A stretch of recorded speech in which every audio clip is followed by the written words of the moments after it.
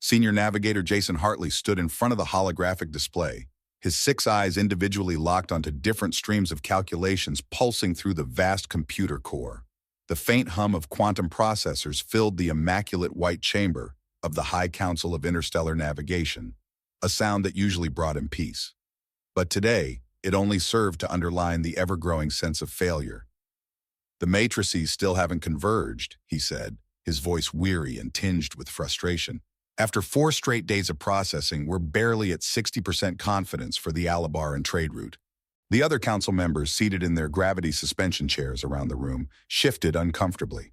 The Zarkari, Jason's people, prided themselves on having the most advanced computational systems in known space, systems they had honed over millennia to navigate hyperspace's dangerous currents. Counselor Evelyn Roberts, her crystalline skin reflecting the blue glow from the displays, spoke up, her voice steady but concerned. "Maybe it's time to consider splitting the computational load between the center hub and the real processing center.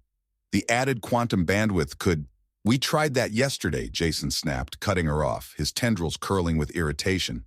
"The synchronization lag actually made the convergence slower. If we keep going at this rate, the merchant fleet will be delayed by another 3 days while we finish these calculations." The chamber fell into silence, the only sound the unceasing hum of the processors. This kind of issue had become all too familiar as trade routes expanded and traffic increased. The computational demand for safe navigation was growing at an alarming rate, and what once took their ancestors mere hours now consumed days, sometimes weeks, of processing time.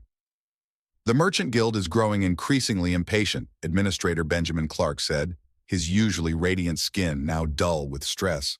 "They're threatening to petition the Grand Assembly if we don't speed up the calculations. These delays are costing them billions in lost revenue." He manipulated the holographic display, zooming out to reveal the full complexity of the route they were attempting to map. Swirling vectors of probability clouds collided with gravitational influence zones, forming a dizzying web of possible paths through hyperspace. Finding safe routes amid this chaos required calculating millions of variables with pinpoint precision. "Look at this mess." Jason gestured with 3 of his arms, his other 3 still inputting adjustments to the algorithms. "The Alabaran sector has developed 3 new pulsar anomalies in the last stellar cycle. Each one adds a new layer of gravitational complexity. Our ancestors never had to contend with this level of computational density." Before he could continue, a soft chime interrupted him. One of the junior navigators, Sophia Mills, rushed into the room, her bioluminescent markings pulsing with excitement. "Senior Navigator, we've picked up something strange on the long-range sensors. A ship just emerged from hyperspace in Sector 7. "That's impossible," Jason said, his tendrils stiffening in disbelief. "We haven't plotted any safe routes through that sector in over a month. No ship would be reckless enough to—" "It's not one of ours," Sophia interrupted, her voice quivering with urgency. "The energy signature is completely unknown, and they're requesting permission to dock with the station." The chamber erupted into murmurs of concern. Administrator Benjamin Clark stood up from his chair, his skin flashing with alarming red and orange hues. "Unknown ships don't just appear in the heart of Zythelian space," he said, voice tight with disbelief. "Not unless they've spent weeks calculating a safe route through our security grids." Jason shifted all 6 of his eyes to the new data streaming across his display. The ship's trajectory was unlike anything he had ever encountered. It had navigated through Sector 7's gravitational maze as if the hazards didn't even exist. "Either they've somehow calculated a route faster than any known computer core," he muttered, his scientific curiosity overriding his protocols, or— "Open a communication channel," Jason ordered, his focus intense. "I want to know how they managed this, and more importantly, why our security grid didn't pick them up sooner." The unknown vessel docked smoothly, its maneuvering catching even Jason by surprise. Through the observation window, he scrutinized its sleek, minimalist design. No quantum stabilizers, no probability field generators, just basic thrusters. And were those actual windows? Real transparent windows in a spaceship? "Preliminary scans complete," Sophia reported, her bioluminescence now flickering with confused patterns.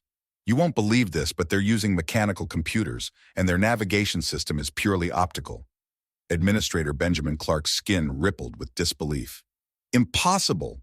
No species could survive hyperspace travel with such primitive technology." The gravitational shears alone would tear their ship apart. The airlock cycled, and Jason felt his tendrils curl involuntarily as the alien emerged. Bipedal, with only 2 eyes and no bioluminescence, the figure wore a simple blue uniform trimmed in silver and held what appeared to be a physical paper folder. How charmingly archaic, Jason thought, though he could barely mask his astonishment. "Permission to come aboard?" the alien asked in perfect galactic standard. "I'm Navigator Olivia Reynolds of the Earth vessel Star Wanderer. We picked up your station on our long-range sensors and thought we'd drop by to say hello." Jason exchanged a glance with Administrator Benjamin Clark before responding. "I am Senior Navigator Jason Hartley. Your arrival was unexpected. Our sensors show you traveled through Sector 7 to reach us, but that's impossible. The gravitational complexity alone requires weeks of calculations to plot a safe route." Olivia smiled, a gesture that made her face scrunch up in a way that Jason hoped was friendly. "Oh, that? We just followed the Carina arm. Pretty straightforward once you account for the pulsar drift." Her casual dismissal of what they considered their most challenging navigational obstacle sent waves of agitation through the council members. Counselor Evelyn Roberts' crystalline skin practically vibrated with indignation. "Straightforward? That sector has 3 Class 4 pulsar anomalies. The gravitational interactions alone generate over 12 million variables that need to be accounted for. Our most advanced quantum computers take days to calculate a single safe route." Olivia opened her paper folder and pulled out a hand-drawn star chart. Actually hand-drawn, with what seemed like a primitive carbon marking tool. "Sure, if you're trying to calculate every possible outcome," she replied nonchalantly. "But take a look here." She spread the chart across a nearby console. "The pulsars actually form a neat triangulation point. You can use them to get your position relative to the galactic plane. Then from there, it's just basic celestial navigation." Jason felt his scientific curiosity begin to clash with his professional pride. He gestured toward the holographic displays, which showed the complex probability matrices. "You can't be serious. Show me the calculations from your navigation computers, the precise quantum algorithms you used." "We don't use quantum computers for navigation," Olivia replied, pulling out more hand-drawn charts. "These are my working copies, but in essence, we use visual confirmation of known star patterns and combine that with pulsar timing. We've been doing it that way since before we had computers. My grandmother taught me the basics when I was a kid, watching the stars from her backyard." Administrator Benjamin Clark's skin turned an unnerving shade of pale green. "You navigate hyperspace by looking at stars and timing pulsars without calculating probability, matrices, or gravitational intersections?" he asked, incredulous. "Yep, pretty much," Olivia nodded. "We do use computers to assist with the math, but mostly it's old-school trigonometry and celestial mechanics." She glanced at the enormous holographic display, still struggling to calculate the Aldean trade route. "Looks like you're having trouble with that one. Mind if I take a crack at it?" The council chamber erupted in protests. Counselor Evelyn Roberts' crystalline form was practically flickering with agitation. "This is absurd! We cannot allow an untested alien methodology to interfere with our sacred navigational protocols." But Jason found himself increasingly intrigued. Here was a species that had somehow mastered faster-than-light travel, without the need for the complex computational systems his people deemed indispensable. "Either they've been incredibly lucky or—" he trailed off. "Show me," he commanded, silencing the protests of the others. "Show me how you would plot this route." Olivia walked up to the holographic display, her eyes carefully scanning the chaotic swirl of gravitational forces and probability clouds. She pulled out a simple electronic tablet from her pocket. "Mind if I overlay our star charts on your display? It'll make it easier to explain." "Go ahead," Jason said, disregarding Administrator Benjamin Clark's continued objections. What harm could there be in letting this primitive attempt their most complicated calculation? At worst, it would prove Zethelian methods were far superior. At best, well, the implications of that were almost too radical to consider. Word of the human navigator's unconventional methods spread quickly through the station, like a quantum cascade. Within hours, the High Council chamber had been transformed into a makeshift arena, with observation galleries brimming with curious Zethelian scientists and navigators. "The rules of the challenge are simple," Administrator Benjamin Clark declared, his skin pulsing with formal blue and gold patterns. "Navigator Olivia Reynolds will attempt to plot a safe route through the Carina-Sagittarius trade corridor. This is not just a theoretical exercise. The merchant fleet is waiting for a viable path, and billions of credits are at stake." Olivia calmly arranged her paper charts and electronic tablet at her assigned console, changing into her formal Earth Navigation Service uniform, its neat lines and polished insignia drawing curious stares from the watching aliens. For fairness, Jason added, we've chosen a route that even our quantum cores have yet to fully map. The corridor contains 7 pulsar anomalies, 3 stellar nurseries with erratic gravitational fluctuations, and a recently collapsed star creating time-space distortions. Counselor Evelyn Roberts' crystalline form practically crackled with skepticism. Our preliminary calculations indicate a minimum of 9 days to compute a safe passage, using our entire distributed computing network, she said. The stakes are considerable, Administrator Benjamin Clark continued. If Navigator Olivia Reynolds succeeds in plotting a viable route in less time than our systems, the High Council will be obligated to consider human navigational methods as valid for all registered trade routes. However, should she fail, Earth ships will be required to follow Zythelian calculated routes exclusively. Olivia finished his sentence for him, her voice laced with a smile.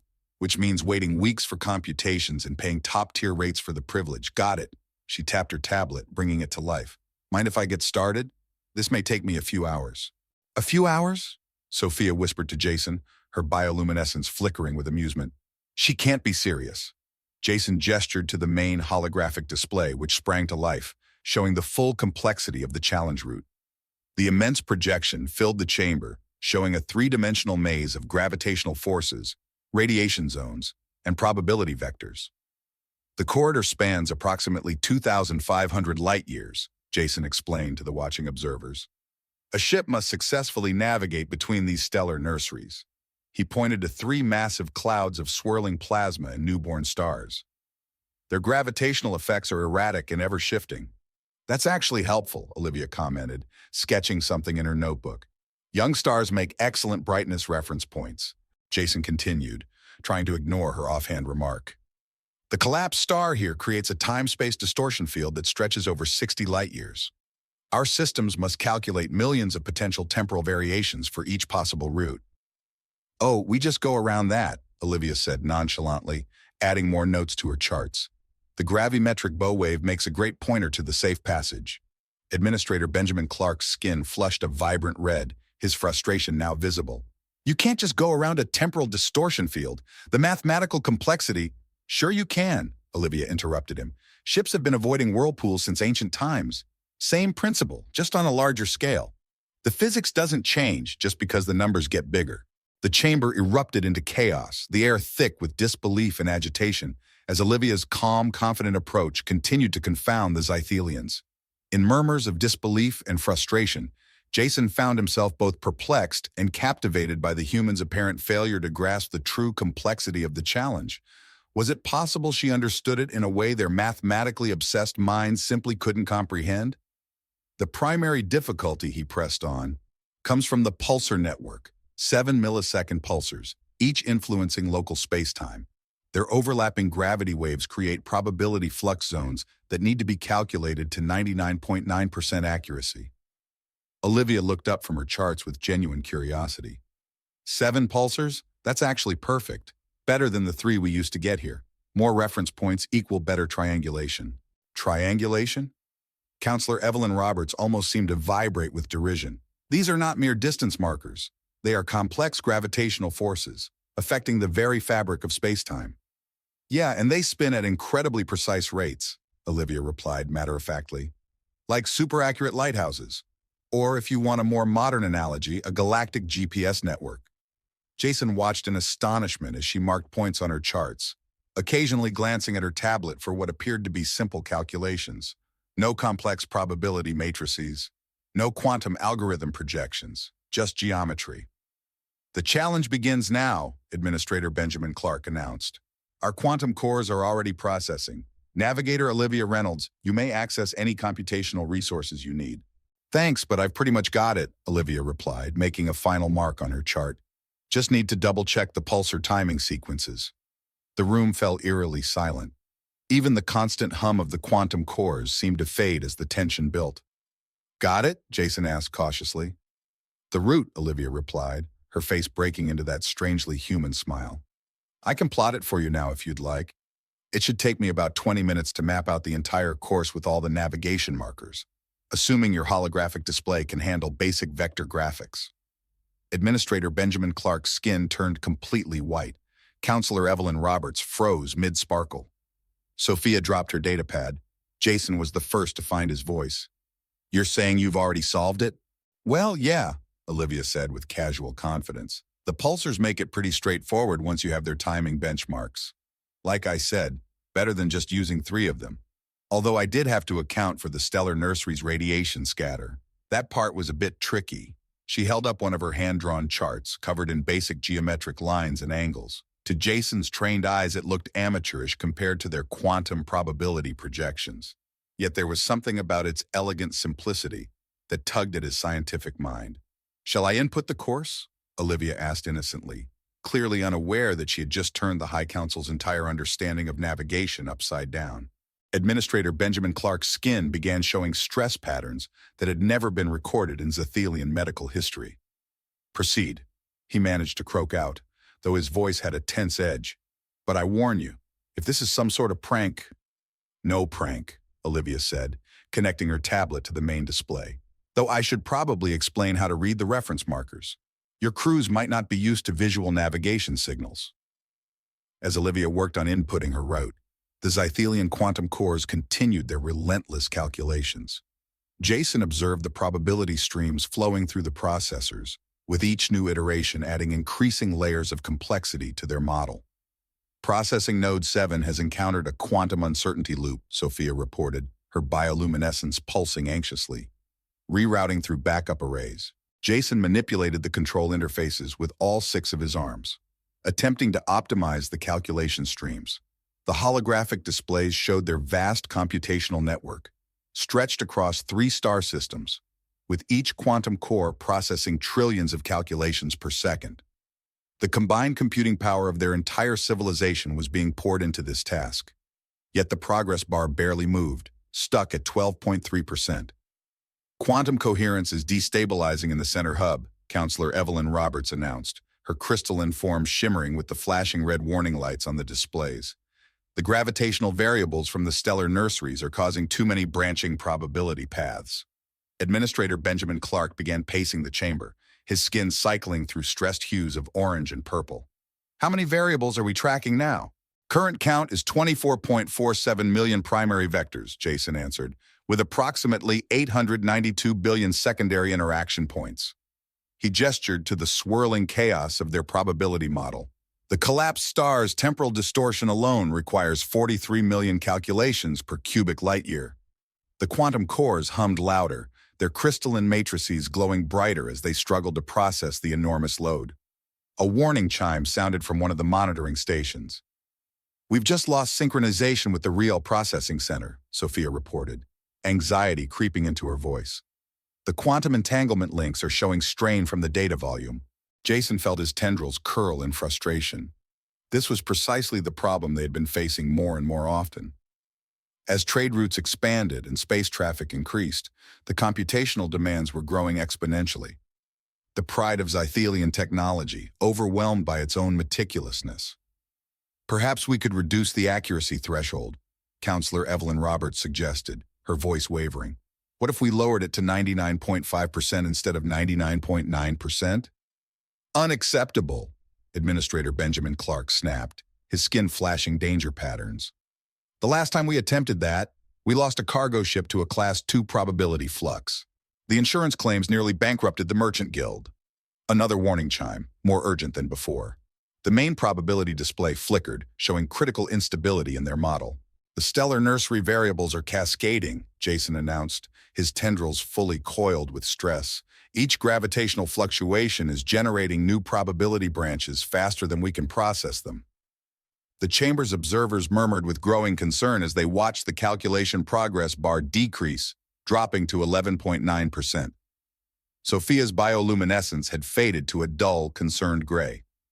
"Quantum coherence failing in processing nodes 12, 15, she reported. "The probability matrices are becoming too complex for stable computation." Jason manipulated the control interfaces desperately, trying to stabilize the calculations. The holographic display now showed their computational model breaking down, the probability streams tangling into impossible knots of mathematical complexity. "We need to restart," Jason muttered, frustration thick in his voice. Jason finally sighed in resignation, his voice heavy with the weight of defeat. "The current model has become too unstable." He paused for a moment, his tendrils twitching in frustration. "Sophia, initiate the emergency shutdown of all processing nodes. Counselor Evelyn Roberts, please prepare the quantum cores for a cold restart." Administrator Benjamin Clark's skin darkened to nearly black, a clear sign of his dismay. "A complete restart? That will cost us at least 2 full days of processing time." "We have no choice," Jason said, his tone final as he began shutting down the primary probability streams one by one. "The complexity cascade has corrupted too many of our calculation paths. We need to reset all quantum states and rebuild the model from scratch." The chamber filled with the faint sound of processors powering down, the familiar hum of the quantum cores slowly fading into silence. Jason watched with a sinking feeling as the last of the probability streams dissolved from the display, erasing weeks of continuous calculations in an instant. "How long until we can resume processing?" Administrator Benjamin Clark asked, his skin still flickering with anxiety. "The quantum cores need 6 hours to reset to their ground states," Counselor Evelyn Roberts replied, her crystalline form dimming slightly in embarrassment. "After that, we'll need at least 4 hours to reestablish quantum entanglement between all processing centers." Jason, now focused on preparing the new calculation parameters, sighed deeply. He could already feel the dread of how long it would take to rebuild their computational model. "We should be able to resume primary processing in approximately 10 hours. However, we'll have to start from scratch. Everything we've done so far is lost."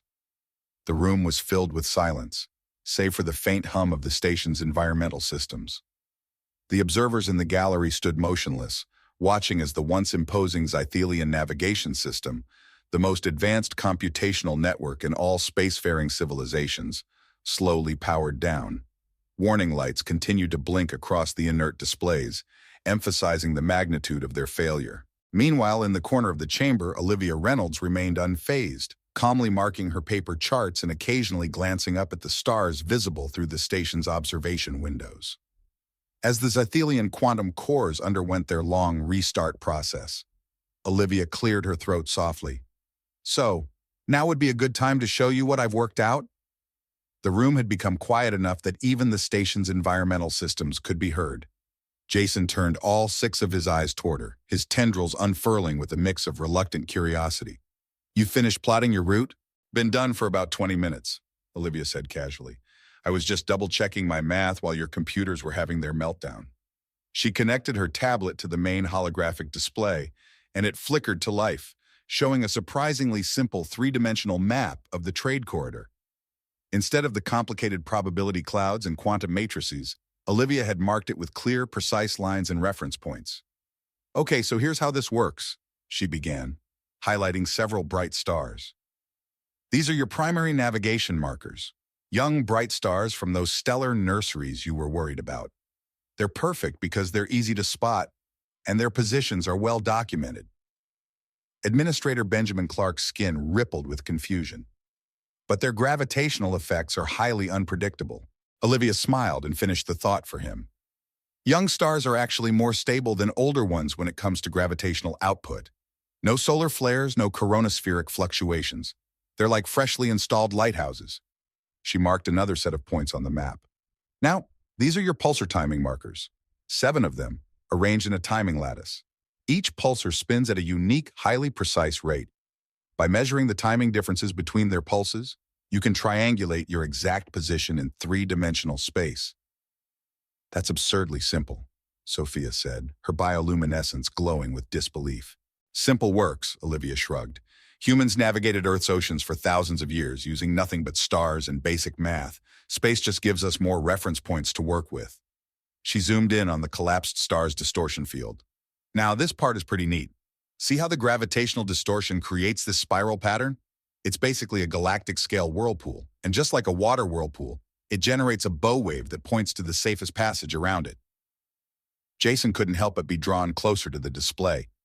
His scientific mind, though skeptical, was beginning to engage. "But how do you account for the temporal variations?" We don't, Olivia replied simply. We just stay in the stable zones where space-time behaves normally. She traced a line along her plotted course. By using the pulsar timing lattice as our baseline, we can identify areas where time flows consistently. Then we plot our course through those zones, using the bright stars as visual waypoints. She highlighted a series of interconnected triangles formed by her reference stars. Each leg of the journey has at least 3 bright reference points, forming a navigation triangle. Ships can verify their position visually at any time by measuring stellar angles. No quantum calculations required. The chamber was completely silent now, all eyes fixed on Olivia's simple yet elegant map. Even Administrator Benjamin Clark's skin had stopped its stress patterns, frozen in a state of stunned contemplation. But what about the probability matrices? Counselor Evelyn Roberts asked, her crystalline form reflecting the clarity of Olivia's route. The quantum uncertainty factors. Olivia smiled patiently. Think about it this way. When you're driving a vehicle, do you calculate every possible path your wheels might take? Or do you just stay on the road and watch where you're going? That's completely different, Evelyn protested. Space-time navigation is infinitely more complex than that. Is it though? Olivia asked gently.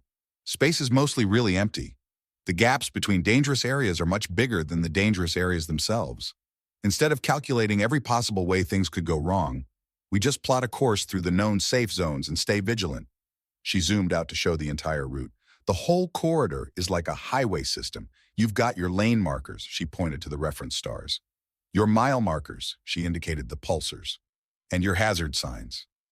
She highlighted the visible distortion patterns around the dangerous zones. Any ship with basic sensors and a competent navigator can follow this route, she concluded. They can verify their position constantly using visual references, confirm their timing using the pulsar lattice, and make course corrections based on that. Jason leaned in closer to the display, his tendrils now showing signs of deep scientific curiosity. So this is how your people have been navigating all along? He asked, astonished. No quantum calculations at all? We use computers for the math, Olivia explained. Trigonometry, celestial mechanics, basic stuff. But the core principles come from thousands of years of maritime navigation. The stars never lie, as long as you know how to read them. She pulled out one of her hand-drawn charts. Every navigator learns to plot courses by hand first. You need to understand the basics before you can rely on computers. My grandmother taught me with paper charts and a seat in her backyard. The only difference in space is that we have more stars to work with. Administrator Benjamin Clark struggled to find his words. You're telling us that your entire species navigates space using principles developed for ocean-going vessels? Exactly, Olivia grinned. Water, space, they're both just vast, empty areas with hazards to avoid and reliable reference points to guide you. The scale's different, but the math's the same. Why make it more complicated than it needs to be? She tapped her tablet, and the route on the screen lit up with bold, clear lines. This path is safe, stable, and can be followed by any ship with standard sensors and a trained navigator. Want me to test it for you? A fleet of drones had been dispatched to test Olivia's proposed route. The High Council chamber fell silent, the air thick with anticipation, as the first drone entered the corridor. Jason monitored the telemetry with all 6 eyes, preparing for an impending disaster. Drone 1 entering the corridor now, Sophia reported, her bioluminescence flickering with nervous energy. Approaching first navigation marker. On the main display, Olivia's route glowed confidently in blue lines. The drone's position matched her predicted path precisely, staying perfectly aligned with the reference stars.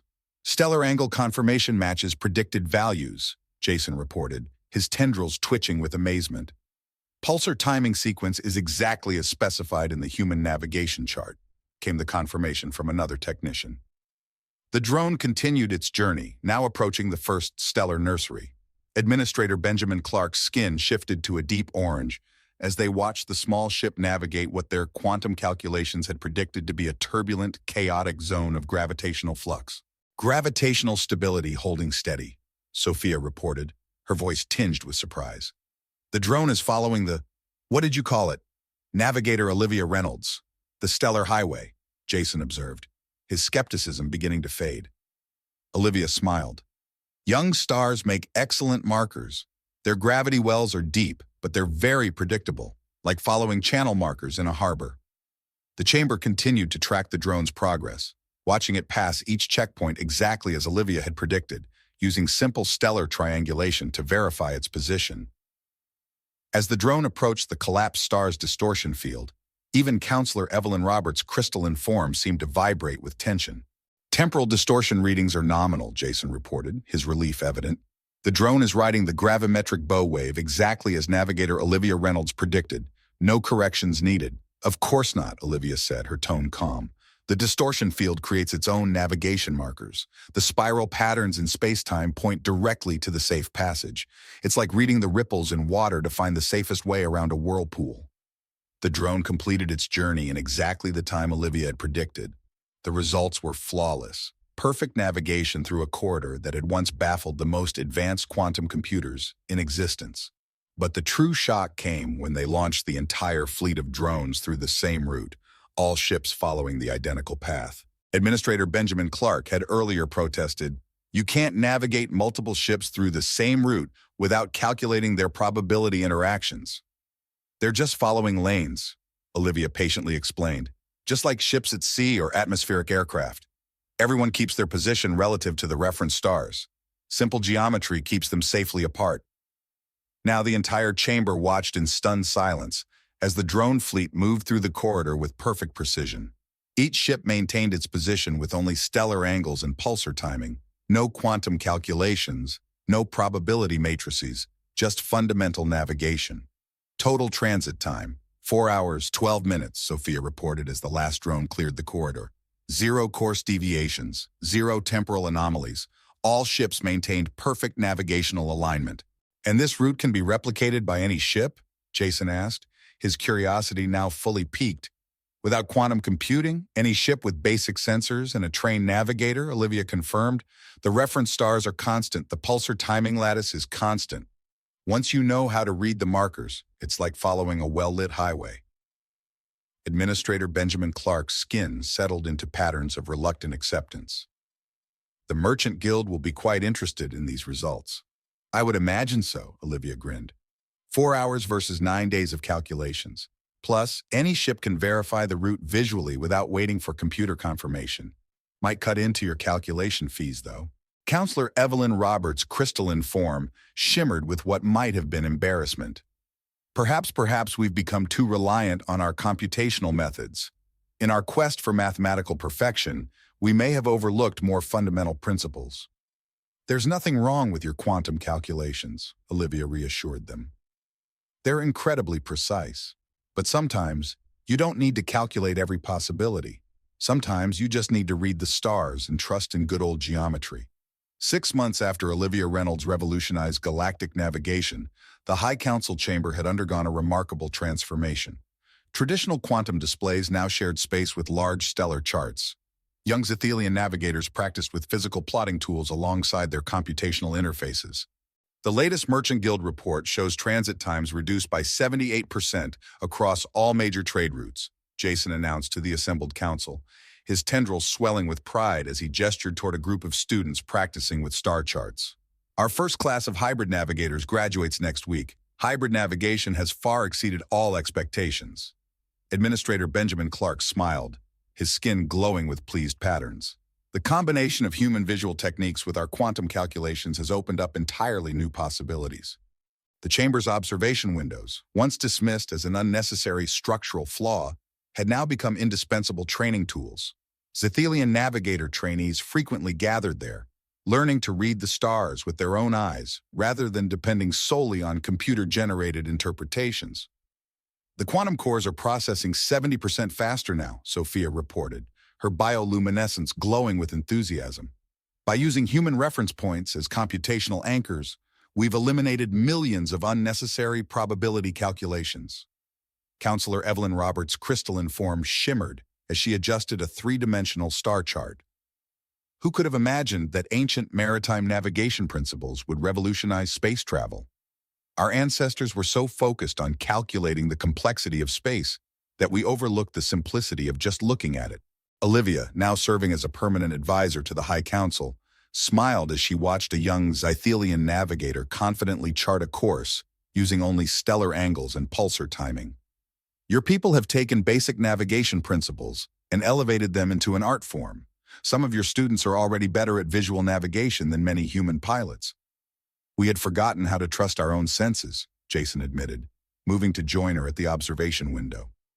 Our technology became a barrier between us and space itself. You showed us how to look up and really see where we were going. The chamber's main display revealed a network of newly charted trade routes, each marked with clear reference points and navigation markers. Ships from countless species now traverse these stellar highways, using a combination of visual navigation and computational assistance. The Galactic Shipping Authority has approved human navigation standards for all major routes, Administrator Benjamin Clark announced. They're especially impressed with our new hybrid certification program. 6 other spacefaring races have already asked to send students. Olivia traced a route on one of the stellar charts, her fingers gliding over the familiar patterns of stars and pulsars. You know what fascinates me? Every species that travels through space has some ancient tradition of navigation. Whether they evolved on oceans, deserts, or ice sheets, they all learned to navigate by reading natural signs. We just needed to remember those lessons. The computational resources we've freed up are pushing other fields forward as well, Sophia added. Without the constant strain of route calculations, our quantum cores are now processing scientific research, advancing medicine, exploring theoretical physics, and our ships are safer than ever. Counselor Evelyn Roberts' crystalline form glowed with recognition. Visual confirmation allows ships to instantly verify their position and trajectory. No more waiting for quantum calculations to tell us what we can see with our own eyes. Jason's tendrils moved thoughtfully. Perhaps the greatest lesson humans have taught us is that the most advanced solution isn't always the most complicated. Sometimes the old ways work better because they're simple and reliable. Through the observation windows, they watched as a merchant fleet departed the station. Each ship followed the well-marked stellar highway, its crew confidently navigating by the light of ancient stars. No quantum calculations needed, just the time-honored principles of celestial navigation, adapted to the vastness of space. The stars guided us into space, Olivia mused. Makes sense they'd guide us through it too. Administrator Benjamin Clark's skin rippled with amusement. To think we once considered human navigation primitive. Now the entire galaxy relies on your star charts and pulsar timing. Not primitive, Jason corrected, all 6 eyes focused on the starry expanse beyond the window. Fundamental. You reminded us that, beneath all our advanced technology and complex calculations, navigation is about understanding where we are and where we're going. The stars have been showing us the way since before we even knew what they were. As if to punctuate his point, a new ship emerged from the trade corridor, following a path Olivia had first plotted, using nothing more than paper charts and simple geometry. Quantum computers and visual navigation worked in harmony, proving that sometimes the best path forward is simply to remember the lessons of the past. The stars continued their eternal dance through space, their light not only illuminating the darkness but also guiding the way home, just as they had for countless generations of navigators on worlds across the galaxy.